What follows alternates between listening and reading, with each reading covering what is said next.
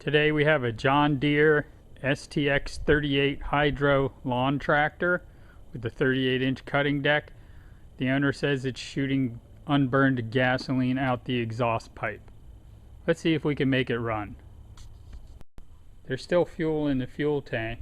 The fuel shutoff valve is closed. Somebody put vice grips on the fuel line to stop fuel from going into the carburetor.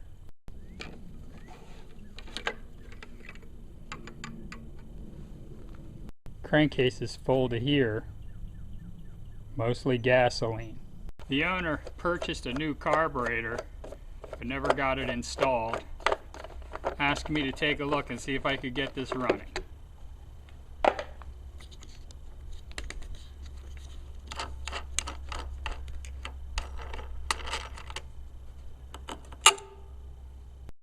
couple of 8mm screws.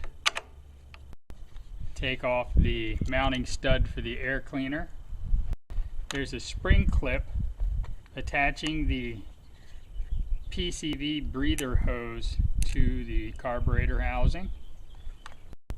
There's a spring clip under the carburetor holding the fuel line on. Pull that off. Make sure your fuel shutoff is shut off. Right now there's no fuel in this filter, so when I pull the hose off it's not going to leak, but if there's fuel in the hose you need something to catch the fuel that drains out. We use a screwdriver to work the hose loose from the carburetor.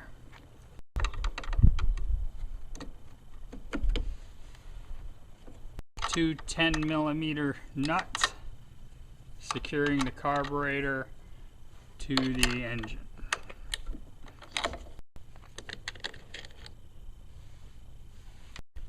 Here's the new carburetor. Looks a lot like the old one. Let's see if we can get this one to separate.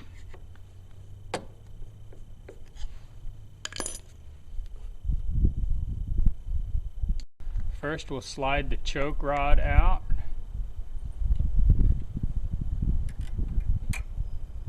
Then we'll slide the throttle out.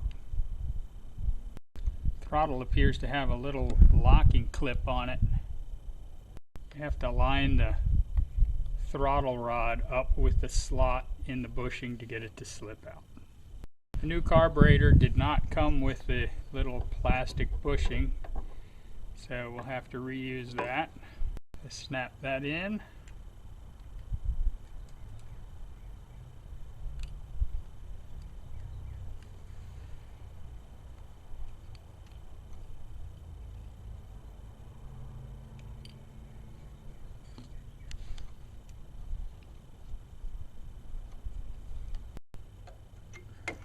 Install the choke rod.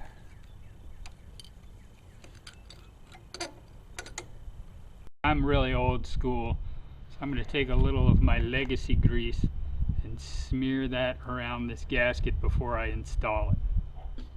Alright, we'll slip this gasket in behind the carburetor.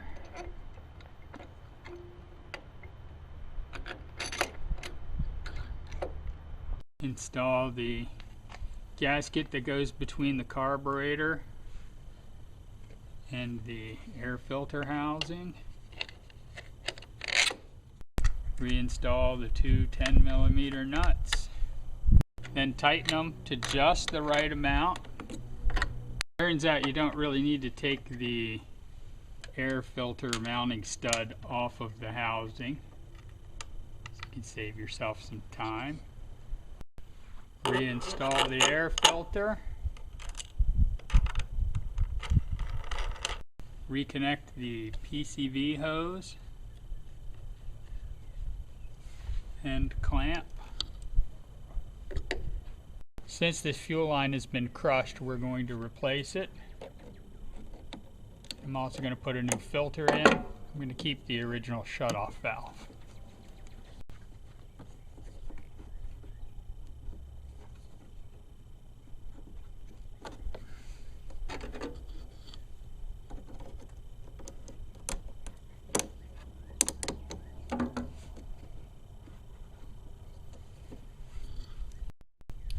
install the new fuel line. Had to be cut to length.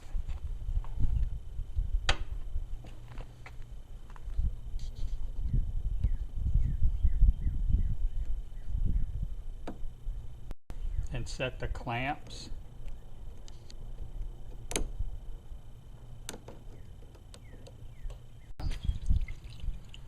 Draining all the gasoline out of the crankcase.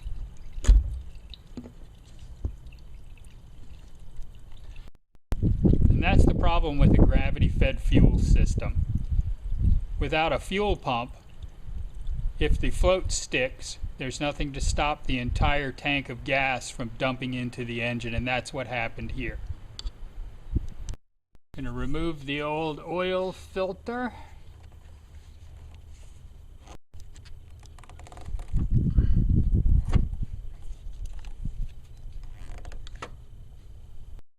Looks like there's gasoline in the oil filter.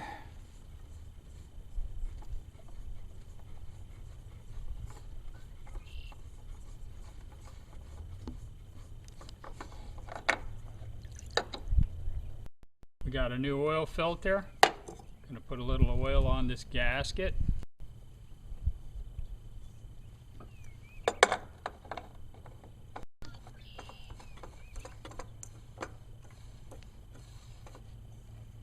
Snug up the filter just a little bit with a wrench. Fill the crankcase with 1030 motor oil, Castrol GTX. Okay, we ran into a minor problem. The engine does run, but when the carburetor is installed, the length of the throttle lever from the pivot point to the hole for the throttle control rod is about 50 thousandths, 60 thousandths longer than the original carburetor, and when it's fully mounted against the housing, it rubs on this piece of plastic, so you can't actually control the engine speed. So we're going to either have to grind some metal off of the carburetor or off of the plastic housing. Just going to take a file, trim a little bit off of this throttle control lever.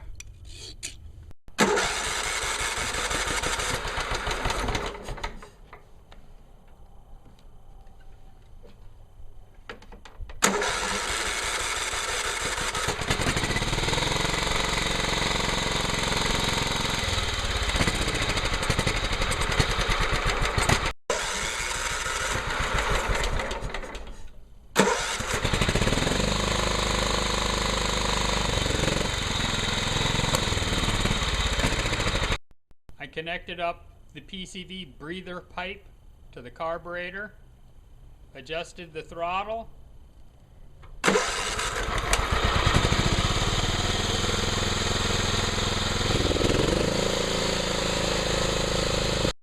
seems to run fine, seems to cut grass fine. We're going to put this one in the wind column.